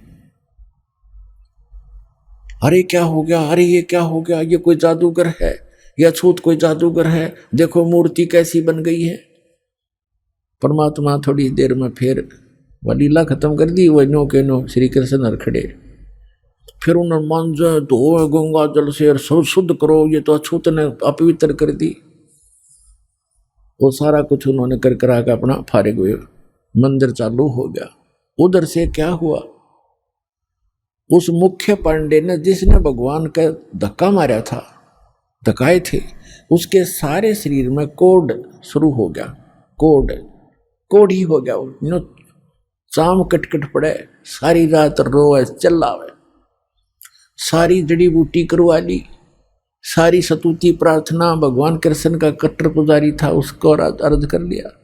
तो सपने में श्री कृष्ण दिखे उसने और कहा जाके कि पांडे, उस महापुरुष के चरण धो के पी ले, तेरा तब पीछा छूटेगा, नहीं तो तेरी जान नहीं बचेगी। मेरे पास कोई तेरा समाधान नहीं इसका। अब कहते मरता क्या नहीं करता। उसने अपने साथी पांडे बुलाए और कहा, भी भगवान ने ऐसे ऐसे कहा है मेरा बुरा हाल है। और ऐसे आदेश दिया है भगवान ने, क्या करूं मैं। वो कहने लगे क्या फर्क पड़ता है, जान बच जाएगी। और चल चरणामृत ले ले, उसके माफी मांग ले, क्षमा याचना कर ले।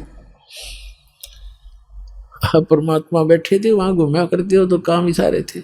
अब वो पांडा तो लेकर चल रहा कटोरे में जल, चरणामृत बनाऊंगा। वो निकट आओ, परमात्मा आगे को चल दे। अके नहीं पांडे, दूर रहना, हम अछूत है, दूर रहना, अछूत है। और वो हाथ जोड़ा, महाराज डट जाओ, महाराज जी रुक जाओ, मैं मर गया, मेरा बुरा हाल है। कि नहीं आप अछूत, आपको अछूत के निकट नहीं आना चाहिए। अब काफी देर उनकी रिहर्सल करके रैली काट गए, तो बैठ गए एक पत्थर पे। अकबोल क्या कहना चाहते हो। उन्होंने कहा जी ऐसे ऐसे मुझे कोड लग गया, मेरा कुछ समाधान बताओ। आपके चरण धोकर पीऊंगा, श्री कृष्ण जी ने बताया है। परमात्मा बोले चरण धोना अच्छी बात है, लेकिन केवल चरण धोने कर पीने से नहीं बनेगी बात। मैं जो कहूं वो करना पड़ेगा, अगर जो कहोगे वही कर लूंगा। इस मंदिर के अंदर कोई छुआछात नहीं होगी। यदि तुमने छुआछात की तो तुम्हारी सबकी यही दशा फेर हो जाएगी, जो भी इसमें छुआछात करेगा। अब सुनिए सूक्ष्म वेद में वर्णित जगन्नाथ मंदिर के रहस्य को शब्द के माध्यम से। अर्ध रात्रि बीत गई थी, सौपन में दिखे घनश्याम, इंद्र दमन एक मंदिर बनवा दे, जगन्नाथ हो जिसका नाम। इंद्र दमन एक मंदिर बनवा दे, जगन्नाथ हो जिसका नाम। अर्ध रात्रि बीत गई थी, सौपन में दिखे घनश्याम, इंद्र दमन एक मंदिर बनवा दे, जगन्नाथ हो जिसका नाम। इंद्र दमन एक मंदिर बनवा दे, जगन्नाथ हो जिसका नाम। सुन राजा एक भवन बना दे, संग समुद्र गहरा हो, गीता जी का ज्ञान चले वहां, विपर कथा कोई कह रहा हो। ना मूर्ति न पाखंड पूजा, वो सहज स्वभाव से रह रहा हो। योग युगत की विधि बतावे, जिससे मन इंद्री पर पैरा हो। कलयुग में जो नाम जपेगा, उसके सरेंगे सारे काम। इंद्र दमन एक मंदिर बनवा दे, जगन्नाथ हो जिसका नाम। इंद्र दमन एक मंदिर बनवा दे, जगन्नाथ हो जिसका नाम। अर्ध रात्रि बीत गई थी, सौपन में दिखे घनश्याम, इंद्र दमन एक मंदिर बनवा दे, जगन्नाथ हो जिसका नाम। 5 बार मंदिर बनवाया श्री कृष्ण जी के कहने से, मंदिर टूटा अवशेष बचाना, वो तेज समुद्र बहने से। 5 बार मंदिर बनवाया श्री कृष्ण जी के कहने से, मंदिर टूटा अवशेष बचाना, वो तेज समुद्र बहने से। कहे कबीर अब मंदिर बनवाओ, यो टूटे ना मेरे रहने से। 6 बार मंदिर बनवाया राजा ने रानी के गहने से। कहे कबीर अब मंदिर बनवाओ, ये टूटे ना मेरे रहने से। 6 बार मंदिर बनवाया राजा ने रानी के गहने से। कह श्री कृष्ण ये पूर्ण ब्रह्म कबीर यही है, इसके चरणों में कर ले प्रणाम। इंद्र दमन एक मंदिर बनवा दे, जगन्नाथ हो जिसका नाम। इंद्र दमन एक मंदिर बनवा दे, जगन्नाथ हो जिसका नाम। अर्धरात्रि बीत गई थी, सौपन में दिखे घनश्याम। इंद्र दमन एक मंदिर बनवा दे, जगन्नाथ हो जिसका नाम। कहे कबीर एक चबूतरा बनवाओ, जहां राम नाम लो लाऊंगा। जिस पर बैठ मैं समुद्र को रोकूं और मंदिर को बचाऊंगा। कहें कबीर एक चौरा बनवा दे, जहां बैठ राम नाम लो लाऊंगा। जिस पर बैठ समुद्र को रोकूं और मंदिर को बचाऊंगा। अब कहे समुद्र उठो भगवान, मैं मंदिर तोड़ने जाऊंगा। राम रूप में इसने मुझे सताया, वो बदला लेना चाहूंगा। कहे समुद्र उठो भगवान, मैं मंदिर तोड़ने जाऊंगा। राम रूप में इसने मुझे सताया, वो बदला लेना चाहूंगा। अग्निबाण से इसने रास्ता मांगा और कहा था मुझको नीच गुलाम। इंद्र दमन एक मंदिर बनवा दे, जगन्नाथ हो जिसका नाम। इंद्र दमन एक मंदिर बनवा दे, जगन्नाथ हो जिसका नाम। अर्धरात्रि बीत गई थी, सौपन में दिखे घनश्याम। इंद्र दमन एक मंदिर बनवा दे, जगन्नाथ हो जिसका नाम। इंद्र दमन एक मंदिर बनवा दे, जगन्नाथ हो जिसका नाम। श्री कृष्ण जी की पूरी द्वारका, परमात्मा ने कहा समुद्र से, श्री कृष्ण जी की पूरी द्वारका उस पर जाकर लाओ घात। इधर समुद्र बहर जो आ गया तो ठीक नहीं रहेगी बात। कृष्ण जी की पूरी द्वारका उस पर जाकर लाओ घात। और सुनो समुद्र जब इधर फिर आ गया ठीक नहीं रहेगी बात। एक मील वो सागर हट गया, जोड़ करके दोनों हाथ। और पूरी द्वारका डबो ली थी, वो श्री कृष्ण जी की बिगाड़ी जात। एक मील समुद्र हट गया, जोड़ करके दोनों हाथ। और पूरी द्वारका डबो ली फिर श्री कृष्ण जी की बिगाड़ी जात। पर्वत की जो रुक्या समुद्र, पर्वत की जो रुक्या समुद्र, ऐसे जगन्नाथ का बन गया धाम। इंद्र दमन एक मंदिर बनवा दे, जगन्नाथ हो जिसका नाम। इंद्र दमन एक मंदिर बनवा दे, जगन्नाथ हो जिसका नाम। अर्धरात्रि बीत गई थी, सौपन में दिखे घनश्याम। इंद्र दमन एक मंदिर बनवा दे, जगन्नाथ हो जिसका नाम। इंद्र दमन एक मंदिर बनवा दे, जगन्नाथ हो जिसका नाम। वर्द कारीगर बन के आए, वो बंदी छोड़ कबीर करतार। हाथ पैर प्रतिमा के रह गए, धक्के ते दिए खोल के वाड़े। वर्द कारीगर बन कर आए, बंदी छोड़ कबीर करतार। हाथ पैर प्रतिमा के रह गए, वो धक्के ते दिए खोल के वाड़े।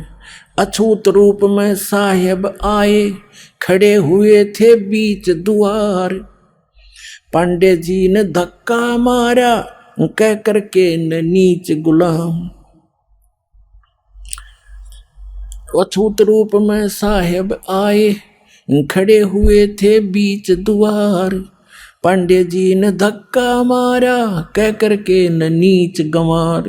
कोड लग्या वो पांडा रोवे, कोड लग्या वो पांडा रोवे। और काया का गल गया सब शाम, इंद्र दमन एक मंदिर बनवा दे, जगन्नाथ हो जिसका नाम। इंद्र दमन एक मंदिर बनवा दे, जगन्नाथ हो जिसका नाम। इंद्र दमन एक मंदिर बनवा दे, जगन्नाथ हो जिसका नाम। अर्धरात्रि बीत गई थी, सौपन में दिखे घनश्याम।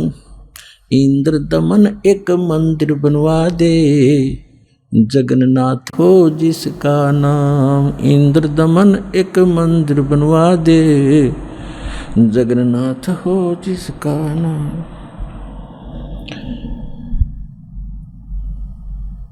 चरण धो पांडे न पिए, चरण धोकर पांडे न पिए, ज्यों की तो फिर होगी खाल। और कह कबीर सुनो सब पांडा, यहाँ पर छुआ छात की न चाल चाल। चरण धोकर पांडे न पिए, ज्यों की तो फिर होगी खाल। कह कबीर सुनो सब पांडा, यहाँ छुआ छात की न चाल चाल। जय कोई छुआ छात करेगा, उसका भी होगा यही हाल। एक पत्तल में दोनों जिम्मे, वहाँ पंडा गुलाम रामपाल। जय कोई छुआ छात करेगा, उसका भी होगा यही हाल। एक पत्तल में दोनों जिम्मे, पंडा गुलाम रामपाल। इसमें कौन सा भगवान बदल गया, ओ हे कृष्ण ओ हे राम। इंद्र दमन एक मंदिर बनवा दे, जगन्नाथ हो जिसका नाम। इंद्र दमन एक मंदिर बनवा दे, जगन्नाथ हो जिसका नाम। दर्शकों, आज के इस एपिसोड में हमने जाना कि जगन्नाथ रथ यात्रा से साधक को कोई लाभ प्राप्त नहीं होता। इसके साथ ही हमने यह भी समझा कि असली जगन्नाथ जो साधक को सर्व सुख और पूर्ण मोक्ष प्रदान कर सकता है, वह कोई और नहीं बल्कि कबीरदेव यानी कबीर साहिब जी ही हैं। तथा हमने जगन्नाथ मंदिर के अनसुलझे रहस्यों को भी जाना। अगले हफ्ते फिर मिलेंगे किसी अन्य एपिसोड के साथ। तब तक के लिए धन्यवाद। आइए अब हम उन श्रद्धालुओं के अनुभव जानते हैं जो जगत गुरु तत्वदर्शी संत रामपाल जी महाराज जी से दीक्षा प्राप्त कर चुके हैं तथा उनके द्वारा बताए गए भक्ति मार्ग पर चल रहे हैं। नमस्कार जी। नमस्कार। क्या नाम है जी आपका? मेरा नाम जैस्मिन है। जैस्मिन जी, आप कहाँ से हैं? मैं क्षेत्र खटीमा उधम सिंह नगर उत्तराखंड से हूँ। जैस्मिन जी, संत रामपाल जी महाराज से नाम दीक्षा आपने कब ली? सर मैं 10 मई 2022 को ली। जैस्मिन जी, संत रामपाल जी महाराज से नाम दीक्षा लेने से पहले आप क्या भक्ति साधनाएं करती थी? सर मैं भक्ति साधना तो यीशु जी को ही मानते थे। मेरा पूरा परिवार मेरा जन्म भी नहीं हुआ था तब से यीशु जी को मानते थे। हम क्रिश्चियन थे। मेरी मम्मी नाम उपदेश ले रखी थी क्रिश्चियन में, बैप्टिज्म कहते हैं जिससे। और घर में मैं मेरा भाई और मेरे पापा तो नहीं ले रखे थे नाम उपदेश, लेकिन हम सत्संग में जाते थे और मैं हर संडे को जाती थी यीशु जी की संगत में। और वहाँ पे जो यीशु जी के बारे में बताते थे तो कुछ अटपटा सा भी लगता था, लेकिन अच्छी लगती थी। उनके जो भजन आते थे, जो वो अच्छे काम किए थे वो अच्छे लगते थे। लेकिन जिस तरह वहाँ के पास्टर लोग बताते थे, 2 मछुआरे थे, उन्होंने जार फेंका तो मछली एक भी नहीं आ रही थी। जब यीशु जी ने फेंका जार तो मछली बहुत सारी आ गई। तो इस बात से क्वेश्चन उठता था, जब यीशु जी ने अगर मानते हैं कि हाँ यीशु भगवान है, ये जीव उन्होंने बनाया तो जीव हत्या तो नहीं करेंगे वो। तो इस वजह से मेरा क्वेश्चन भी उठता था, लेकिन कोई क्वेश्चन का जवाब नहीं मिलता था मेरे को। तो जब मैं संत रामपाल जी महाराज जी की शरण में आई, फिर उन्होंने, मैं पहले तो आ नहीं रही थी उनके शरण में, तो उन्होंने जब बाइबल खोल के दिखाई कि देखो बेटा इसमें ये लिखा है बाइबल में, किसी ने हमें कुछ बताया ही नहीं सच्चाई, तो उसमें मैंने देखा कि हाँ परमात्मा, संत रामपाल जी महाराज जी ने बताया कि परमात्मा जी ने 6 दिन में सृष्टि रची, 7वें दिन में तख्त में जब राजे। उत्पत्ति नंबर 1 और 3 में लिखा है। जैस्मिन जी, आपने जो बताया, आप जो क्रिश्चियन धर्म से हैं, उनकी साधना करते हैं, तो फिर आप संत रामपाल जी महाराज की शरण में क्यों आई? क्या कारण रहा? सर कुछ हम ऐसे आए संत रामपाल जी महाराज जी के शरण में कि मेरे पापा बहुत ज़्यादा ड्रिंक करते थे, कलेश पात रहते थे परिवार में। तो किसी मतलब मेरे पापा के जो दोस्त थे तो उन्होंने संत रामपाल जी महाराज जी से नाम उपदेश ले रखे थे वो। तो मेरे पापा मतलब उनकी दुकान है ना टेलर की, तो पापा जाते थे उनकी दुकान या घर पे, तो वो हमेशा यही कहते थे कि आप संत रामपाल जी महाराज जी से नाम उपदेश ले लो और ये जितने भी गंदे विकार नशीले पदार्थ ये सब छुड़वा देते हैं। क्योंकि फिर मेरे पापा कहते थे हाँ ले लूँगा, लेकिन उनके बात टाल देते थे बार बार। फिर संत रामपाल जी महाराज जी के शिष्य ने बताया ये आप ये भजन सुनो और ये अगर आपको आराम हो तो आप जरूर नाम दीक्षा ले लेना। संत रामपाल जी महाराज जी की जो संगत बताते थे और भजन सुनाते थे तो वो मेरे पापा सुनते थे ड्रिंकी में ही। फिर एक दिन खुद ही उन्होंने कहा कि मैं भी नाम उपदेश लूँगा, ये ड्रिंक्स में बहुत परेशान हो गया हूँ, मैं छोड़ना तो चाहता हूँ लेकिन छूट ही नहीं रही है।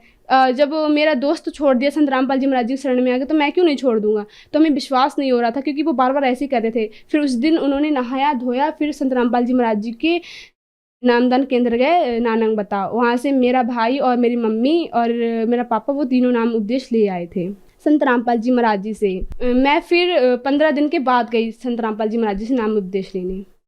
जैसे कहते हैं कि जो भी श्रद्धालु संत रामपाल जी महाराज से नाम दीक्षा लेते हैं उनको लाभ होते हैं, तो क्या आपके साथ भी कुछ ऐसा हुआ? जी लाभ तो बहुत हुए संत रामपाल जी महाराज जी। जैसे कि मेरे पापा बहुत ज़्यादा ड्रिंक करते थे तो उन्होंने ड्रिंक भी छोड़ दी। अब ड्रिंक तो छोड़ी, मैंने इतनी भक्ति की यीशु जी की, लेकिन मैं सोचती थी कि क्यों नहीं मेरे पापा ड्रिंक क्यों नहीं छोड़ देते हैं। लेकिन अब संत रामपाल जी महाराज जी के शरण में आके पापा ड्रिंक भी छोड़ दिए हैं। अब तो विश्वास बहुत ज़्यादा हो गया परमात्मा पे। मैं तो सोचती थी कि अब मेरे पापा छोड़ेंगे ही नहीं, विश्वास ही हट गया था कि ये मेरे पापा ड्रिंक नहीं छोड़ेंगे। अब संत रामपाल जी महाराज जी के शरण में आके परमात्मा की दया से मेरे पापा जी ने वो ड्रिंक भी छोड़ दिए हैं। और जैसे कि मेरे पेट में गुर्दे की साइड पथरी हो गई थी तो हम मेरे कितने करीब 1 बजे से मेरा पेट दर्द करने लगा, 5 बजे तक ठीक हो गया। मैं संत रामपाल जी महाराज जी से प्रार्थना करती थी परमात्मा अगर आप सच्चे परमात्मा हो तो मेरा पेट जो दर्द हो रहा है, इतना दर्द हो रहा था समझो मेरा एक धड़ पूरा यहाँ का पूरा दर्द हो रहा था। फिर संत रामपाल जी महाराज जी की दया से 5 बजे पेट फिर एक भी दर्द नहीं हो रहा था। फिर पापा ने कहा कि कोई बात नहीं, हम ये मेडिकल जाते हैं, ये वो डॉक्टर हैं वहाँ पे। तो पापा 5 बजे ले गई डॉक्टर के पास। डॉक्टर ने मेरे को दवा खिलाई पथरी की। तो फिर तब भी मतलब पेट तो पहले भी नहीं दुख रहा था, लेकिन फिर वॉशरूम नहीं आ रही थी मेरी ढंग से। तो फिर मैं स्कूल में जाती थी पढ़ने क्योंकि मेरा 10 का था ना उस टाइम, तो मेरे को पेपर भी करीब आ गए थे। मेरे क्लास से बच्चे कहते थे तू क्यों जाती है बार बार वॉशरूम, क्यों जाती है। मैं उन्हें बता रही थी तब भी नहीं समझ रहे थे। तो मैं सीधे स्कूल से आई, स्कूल की ड्रेस भी नहीं चेंज की, सीधे मैं संत रामपाल जी महाराज जी से आके रोने लगी। परमात्मा मेरे स्कूल में मुझसे बच्चे ऐसे ऐसे कहते हैं कि तू क्यों जाती है बार बार वॉशरूम। उन्हें बताती भी हूँ सच्चाई फिर भी नहीं मानती हैं। तो फिर मैं जैसे फिर वॉशरूम गई तो संत रामपाल जी महाराज जी की दया से फिर पथरी निकल गई थी मेरी। और भी जैसे कि मेरी मम्मी का कान में पानी पड़ गया था तो उनका कान बंद हो गया था, सुनाई भी नहीं दे रहा था, उन्हें एकदम से चक्कर बहुत खिंच के आते थे। तो वो फिर मतलब संत रामपाल जी महाराज जी से अरदास की कि परमात्मा मेरा कान बंद हो जाता है, सुनाई भी नहीं देता है। और फिर संत रामपाल जी महाराज जी से दया मतलब प्रार्थना की तो संत रामपाल जी महाराज जी ने फिर 3 दिन तक तो रहा, मेरी मम्मी को कान से सुनाई नहीं देता था और कुछ बाजता था कान में कहती थी वो। फिर संत रामपाल जी महाराज जी की दया से वो कान का जो सुनाई नहीं देता था वो भी फिर ठीक हो गया बिगैर दवा ले। सर आर्थिक स्थिति तो हमारी बहुत ख़राब थी क्योंकि मेरे पापा भी ड्रिंक भी करते थे। क्योंकि पहले मेरे पापा टीचर थे ना, वो तो 5 साल तक टीचर रहे थे, वो सरकारी टीचर। तो उनकी जॉब किसी कारणवश उनकी जॉब छूट गई थी तो वो और डिप्रेशन में आके ड्रिंक करने लगे। फिर पापा और ज़्यादा ड्रिंक करने लगे, मतलब 7 साल से करते करते बहुत ज़्यादा बढ़ते गए। फिर जैसे पापा मतलब फिर पेंट भी करते थे मेरे पापा। तो अब तो संत रामपाल जी महाराज जी शरण में हम आ गए हैं तो संत रामपाल जी महाराज जी मतलब इतनी बड़ी मतलब कोठी दे देते हैं पेंट करने के लिए। पापा उसमें 1-1 लाख कमा लेते हैं मेरे पापा। जैसे कि आपने बताया कि आप क्रिश्चियन फैमिली से हैं, तो संत रामपाल जी महाराज तो ज़्यादातर वेदों का वगैरह का ज्ञान देते हैं, तो आपको संत रामपाल जी महाराज ने ज्ञान के बारे में क्या बताया आपके धर्म ग्रंथों के अनुसार? सर संत रामपाल जी महाराज जी ने हमें, मैं सत्संग गई थी, नाम उपदेश नहीं लिया था क्योंकि संत रामपाल जी महाराज जी का पहले ये है जो अगर जो भी नाम दीक्षा ले तो पहले वो सत्संग सुने। और मतलब ज्ञान देखे परमात्मा का, तब आए फिर नाम दीक्षा लेने। फिर मैं गई, मेरे मम्मी पापा ले गए मेरे को सत्संग सुनाने। फिर मैं गई खटीमा, तो वहाँ पे गुरुजी स्वयं बाइबल खोल रहे थे। मैंने कहा कि मतलब मेरी दादी लोग कह रहे थे ये संत रामपाल जी ये बहुत वेदों का वो करता है, खंडन करता है, ये है वो, मतलब उल्टा सीधा कह रहे थे। तो मैं गई, तो उस टाइम मेरे मन में ये उठा कि मेरी दादी लोग तो ऐसे कहते थे कि संत रामपाल जी महाराज जी विरोध करते हैं बाइबल का, देवी देवताओं का विरोध करते हैं, लेकिन नहीं, यहाँ तो खुद अपने हाथों से खोल के दिखा रहे हैं और दिखाने की देखो बच्चों ये लिखा है इस बाइबल में।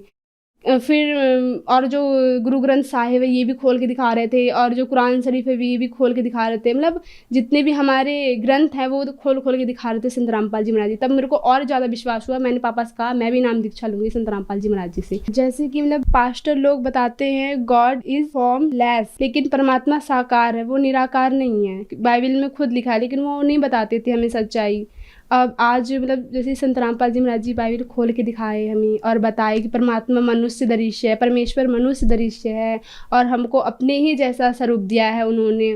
तो ये मतलब ये सब सुन के ना मेरे को एक अंदर से वो हुई कि संत रामपाल जी मैंने इतनी सत्संग सुनी, लेकिन पास्टर कभी नहीं बताया हमें। लेकिन आज संत रामपाल जी महाराज जी हमें ये बाइबल खोल के दिखा दी कि देखो बच्चों इसमें परमात्मा साकार है, निराकार नहीं है। बाइबल में उत्पत्ति में लिखा है परमेश्वर ने कि जो मनुष्य के लिए खाने के लिए बनाए हैं वो जैसे बीज वाले पौधे और फल फ्रूट बनाए हैं मनुष्य के लिए खाने के लिए, लेकिन ये जो हम लोग खाते हैं ये नॉन वेज वगैरह ये नहीं दिया है खाने के लिए, उन्होंने नहीं कहा है। पर फिर भी जो ईसाई धर्म के हैं वो फिर भी बाइबल को मानते तो हैं, लेकिन उनका मतलब जो उसमें लिखा है वो नहीं मानते हैं। उसको तो बिल्कुल जैसे हम साधारण खाना खाते हैं वैसे ही खाते हैं ये ईसाई धर्म के लोग। मांस मछली को साधारण खाना मानते हैं। संत रामपाल जी महाराज से नाम दीक्षा लेने के बाद आपको बहुत सारे लाभ प्राप्त हुए, तो जो दर्शक आज आपको टीवी पर देख रहे हैं, खास करके जो बाइबल जो क्रिश्चियन लोग हैं, उनके बारे में क्या कहना चाहेंगे? क्योंकि बहुत सारी बातें आपने इस तरीके से उनके बारे में बताई हैं। सर मैं उनसे यही कहना चाहूँगी कि बाइबल खोलें और देखें कि उसमें क्या लिखा है। परमेश्वर जब आए थे तो क्या लिख के गए वो उसको देखें, ये ना कि हम पास्टर की बात में आके ये जो बताते वही करें। नहीं, अपनी बाइबल, क्योंकि आजकल तो समाज सभी पढ़ा लिखा है तो वो खुद भी देख सकता है कि हमारी बाइबल में क्या लिखा है और परमेश्वर ने क्या लिख के गए हैं वो। और संत रामपाल जी महाराज जी स्वयं बता रहे हैं बाइबल खोल के, क्योंकि कितने जो यीशु जी से जुड़ रखे हैं तो वो कितने लोग कहते हैं कि ये हमारे संत रामपाल जी ये हमारे बाइबल का वो करता है, खंडन करते हैं, हमारे यीशु जी में विरोध करते हैं। नहीं, वो सच्चाई दिखा रहे हैं कि बच्चों देखो इसमें बाइबल में ये लिखा है, सच्चाई लिखी है इसमें। और जो भी अगर मुझे देख रहा हो तो वो उससे यही प्रार्थना है कि आप अपनी बाइबल खोलें और संत रामपाल जी महाराज जी का भी ज्ञान देखें कि वो क्या बताना चाह रहे हैं और हमारी बाइबल में क्या लिखा है। संत रामपाल जी महाराज से नाम दीक्षा कैसे ले सकते हैं? सर संत रामपाल जी महाराज जी से चैनल में सत्संग आती है, उसमें पट्टी में नंबर आते हैं, उसमें कॉल करके आप उनसे संपर्क में नाम उपदेश ले सकते हैं। धन्यवाद जी। जय सत साहिब जी।